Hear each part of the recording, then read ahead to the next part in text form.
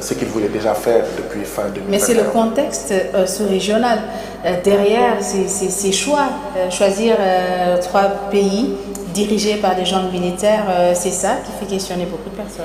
Mais que ces pays soient dirigés par des jeunes militaires ou pas, dans ces pays-là, ce sont des êtres humains qui y habitent, ce sont des Africains, ce sont nos frères et sœurs africains qui y habitent. Et notre conviction est que l'Afrique que nous voulons bâtir, l'unité africaine, la fédération des États africains que nous voulons bâtir, ne saurait exclure personne.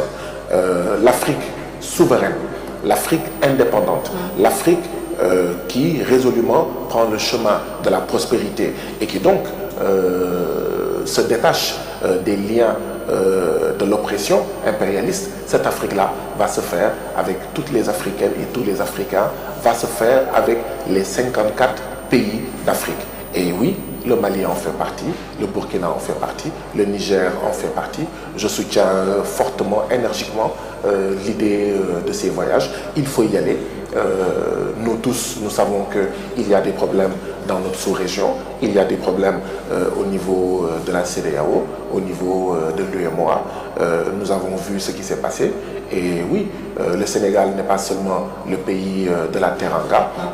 Le président Bassirou Diomaye Faye et le Premier ministre Ousmane Sonko et PASTEF montreront que nous ne sommes pas seulement le pays de la Teranga, nous sommes aussi le pays qui saura être un bon tailleur, utiliser son fil et ses aiguilles pour recoudre en fait les relations qui ont été en fait mises à rude épreuve dans la dernière période. Est-ce que c'est justement dans cette logique de lutte contre l'impérialisme toujours que vous soutenez justement cette visite des pays de membres de l'AES? Personnellement, je pense que beaucoup de décisions prises par ces pays-là sont de bonnes décisions, consistant à dire que sans souveraineté, il n'y a pas de possibilité de